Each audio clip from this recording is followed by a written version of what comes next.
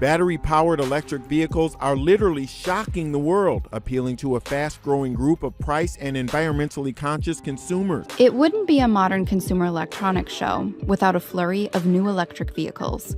And while some of the flashy prototypes might never make it to market, the technology under their hoods could improve electric cars everywhere. Sales of electric vehicles are way up in Colorado. In fact, they've doubled over the same period last year. Tesla briefly flashed a sketch of its upcoming pickup truck. Singapore is bringing new meaning to going green by rolling out these so-called blue cars. Kia Motors will launch the all-electric Genesis luxury sedan in 2021. China is the world's largest auto market, and electric vehicles are clearly the car of the future. Beginning in 2019, 1 in 10 cars sold in China will be electric.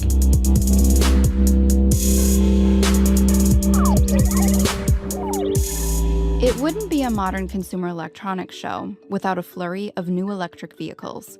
And while some of the flashy prototypes might never make it to market, the technology under their hoods could improve electric cars everywhere. Batteries in modern EVs won't always take you as far as gasoline, and filling a tank takes way less time than charging, even with special hardware to speed up the process. But Fisker says its newest car will include flexible solid-state batteries that could deliver more power and range than lithium-ion cells, while taking up the same amount of space and taking less time to charge. This would also be useful for just about anything that uses rechargeable batteries, not just vehicles. For today's lithium-ion cars, AeroVironment is showing off a new charger the company claims will top up more batteries faster. And Continental is teasing inductive charging, similar to wireless charging for cell phones, but scaled up. It could be as efficient as some of today's plug-in standards, providing almost 40 hours of range per hour of charging. Car makers are hoping advances like these make the EV market more appealing for US drivers. For all the hype, electric vehicles still make up less than 1% of US vehicles. Sales of electric vehicles are way up in Colorado. In fact, they've doubled over the same period last year. Tonight, Sean Boyd shows us why so many buyers are going electric. I certainly was an early believer. When Evan Fryerich bought a Nissan Leaf 2 years ago, he was among a handful of people in the entire state to own an electric vehicle. Today, Colorado has the 4th fastest electric vehicle market in the country. And by 2025, it's estimated 1 million Coloradans will be driving EVs. I love the car, and I love the statement it makes. I'm for cleaner energy. Fryerich part of what Will Tour calls a revolution in transportation electrification. Why are electric vehicles taking off now? And electric vehicles are just getting to be longer range and are getting to be cheaper. Put those two things together and pretty soon there's not going to be a reason to have gasoline vehicles. It's a second industrial revolution, but for cars. Boulder's Nigel Zeed is Nissan's #1 electric vehicle salesman in the country. He says 4 years ago, Boulder Nissan sold 80 electric vehicles a year. Today, it sells 80 a month and is sold out of the 2017 Leaf after offering a $10,000 rebate on top of a $5,000 state tax credit and $7,500 federal incentive. Fryerich bought his car for $14,000 brand new. So that it's largely maintenance free? It's warranted for 100,000 miles. After that, battery replacement is $5,500. But Zeed says batteries are getting cheaper and cleaner. Right now, they're made of heavy metals like lithium. But there's solid state batteries are coming out now. There's zinc air batteries, carbon nanotube. There's a product called graphene. Today's batteries are also longer lasting. Newer models can go more than 200 miles on a charge. This is going to put about 20 to 25 miles per hour of charge back into the car. And if you want to do it in, say, half an hour from empty, you'd use something like this, a DC fast charger. These superchargers will begin appearing on major interstates next year. This is an emerging market, and so Colorado wants to get out in front of that. XL planning for the increased demand, too. Current trends show most people charge at night when wind is abundant and demand low. It's hard to anticipate really the instantaneous demand of what we'll see, but we're ready to provide it. It's really incumbent upon us as a state to make sure that we are both supporting that transition and that we're ready for that transition. Sean Boyd covering Colorado First. The big car companies are really investing in electric vehicles. Volvo announced it will produce only electric vehicles in the next 2 years. GM will roll out 20 new electric models in the next 5 years. Even Shell Oil is now investing in charging stations. The next generation Tesla Roadster stole the show on November 16th, even as the company introduced its first ever semi. Both vehicles are impressive, but the new product announcement didn't stop there. Tesla briefly flashed a sketch of its upcoming pickup truck. It's a mammoth of an EV, but stands very little chance of ever becoming a mainstream vehicle. Recent comments suggest 2 upcoming pickups from the company, including a model that could be much bigger than a Ford F-150. A little shocker this week for drivers in Vaughan. Drivers of gas-powered cars suddenly found themselves getting ticketed for parking in the electric vehicle parking spots at Vaughan Mills. The GM tells us the spots recently became active in the last 2 or 3 days. Well, that is not the only shock that drivers are feeling this week. How about that cold? It's hard enough on humans, but what about its effect on the electric car? Well, joining me now to talk about it is CEO of Plug and Drive, Kara Clairman. Thank you so much for joining us. My pleasure. So as any cell phone user will tell you, they know what the cold does to the battery. It dies really quickly. What about the electric car? So what you'll find is you will have a reduced range compared to a regular, what we call a perfect EV day, like no heat, no air. That's the ideal day. So what you're going to see is if it's, 0, -5, you're not going to see a significant impact. Where you see the really significant impact is what we've got today, like -20. Then you will see a drop in your battery range as much as 30-40%. That sounds quite significant. In terms of distances, what does that mean? So, for example, I drive a Chevy Bolt, and that has 400 kilometers of range on a perfect day. In a day like today, I'm going to get something like 230 kilometers. So you drive an electric vehicle. How do you find the battery life is when it's this cold? Well, you know what? There is a significant hit to the battery life. However, it's not as crazy as one might think.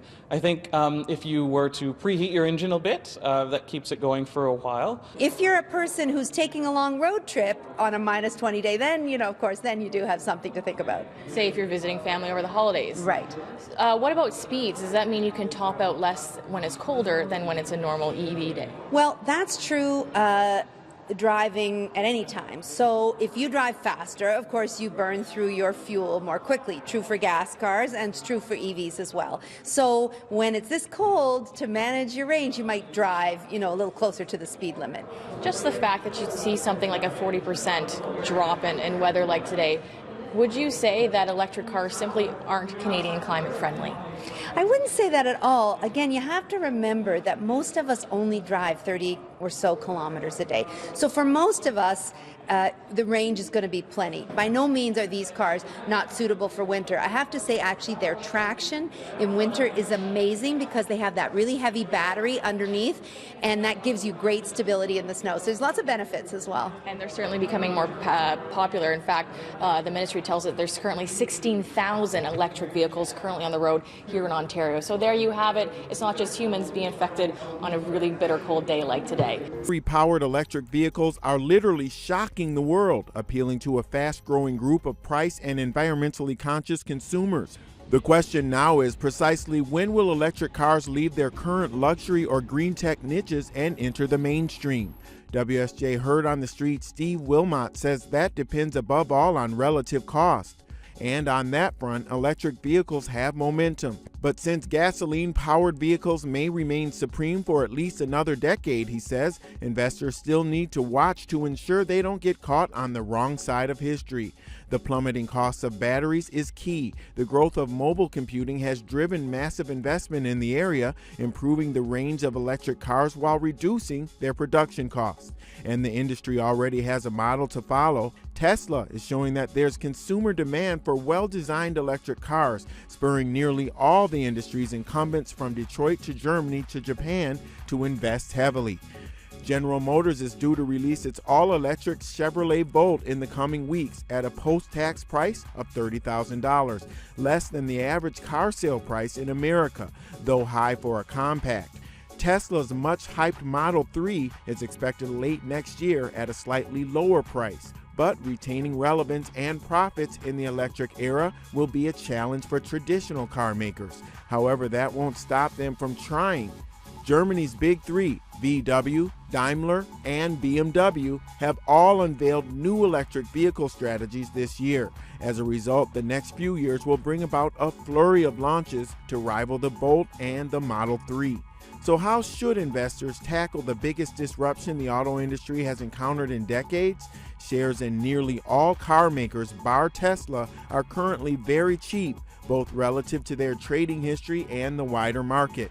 And WSJ's Wilmot predicts that in time, the companies that survive the rapids of industrial change could be seen and valued more like tech companies. Korea's top automaker Hyundai Motor Group has unveiled plans to increase its electric car lineup, aiming to be one of the world's top 3 electric car makers within the next 8 years. A senior Hyundai executive announced on Wednesday that Hyundai Motor and its affiliate Kia Motors are planning to increase their number of all-electric models from 2 to 14 by 2025. Hyundai Motor will launch an electric version of the Kona subcompact sport utility vehicle next year, while Kia Motors will launch the all-electric Genesis luxury sedan in 2021.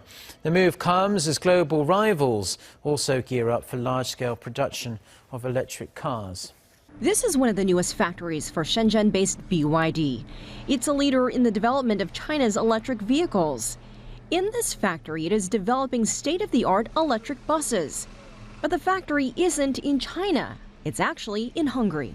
Hungary has a very good investment environment. The government welcome the new technology, especially the electric bus technology, to come here to renovate the bus industry. And also locally we have a very good trained, skilled workers. The BYD factory in Hungary opened earlier this year. The buses meet strict regulations set by the European Union. On a 5-hour charge, the buses can drive for about 300 kilometers. Another BYD factory is set to open in France. Iron phosphate batteries made in China at the BYD center. And because I can say that we have the complete supply chain in-house at BYD, from the batteries to the complete vehicle. And these, I can say, are middleweight or lightweight batteries, and can drive the bus so far away. China is the world's largest auto market, and electric vehicles are clearly the car of the future. Beginning in 2019, 1 in 10 cars sold in China will be electric. That's a requirement for large automakers recently set by the Chinese government. As it stands now, Chinese companies dominate the country's electric vehicle market. All of the top 5 electric car sellers in China are Chinese. Foreign automakers like Volkswagen and Nissan are racing to join in. We will invest together with our 2 joint ventures about 10 billion euros in that period to develop these new energy vehicles, to industrialize that in our plants, develop the people and so on. What we want is bring all our knowledge to the Chinese market, working with Chinese engineers, working with Chinese suppliers in order to bring a very affordable electric cars that should come to the market in 2019. One of the barriers to increasing electric vehicle sales is cost. They're simply more expensive. Others are concerned about the materials used to build the cars themselves.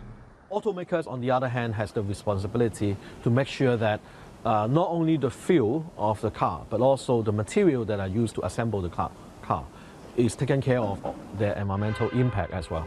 This is how China sees its near future. Blue skies and the soothing sound of electric vehicles roaming the city streets.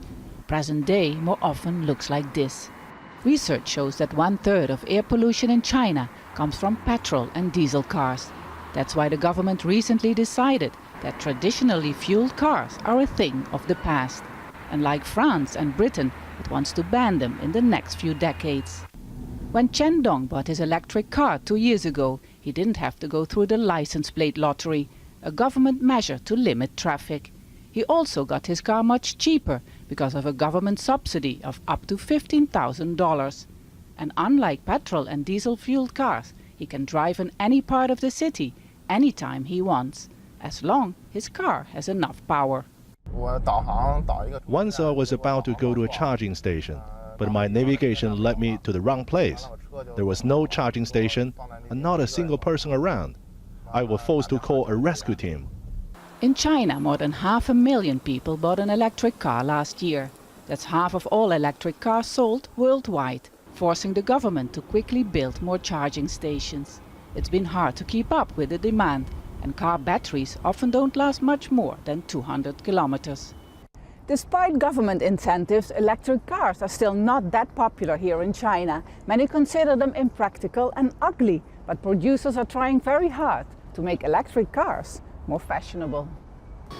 Car makers are increasingly pressured to produce electric cars. A recently announced attractive credit system allows companies to make money selling carbon credit quota to traditional car makers. But some experts believe the government's plan is unrealistic, and they question the benefits of electric cars. If we want to replace all the traditional cars in the next 3 decades, this is a lie. This is a fundamentally, scientifically lie to the world. Greenpeace sees China's rapid switch to electric cars as a positive step to combat climate change. But the environmental group says it's by far not enough, because 70% of the country's power plants are using coal, a major emitter of greenhouse gas. If we really want a clean future and we really want to combat climate change, only pushing for electric vehicle is not enough. We need to at the same time push for a phase out of coal-fired power plants. Saving the planet or not, for consumers like Chen Dong, driving an electric car is more about saving money than it's about reducing emissions. A campaign the government still needs to work on as well.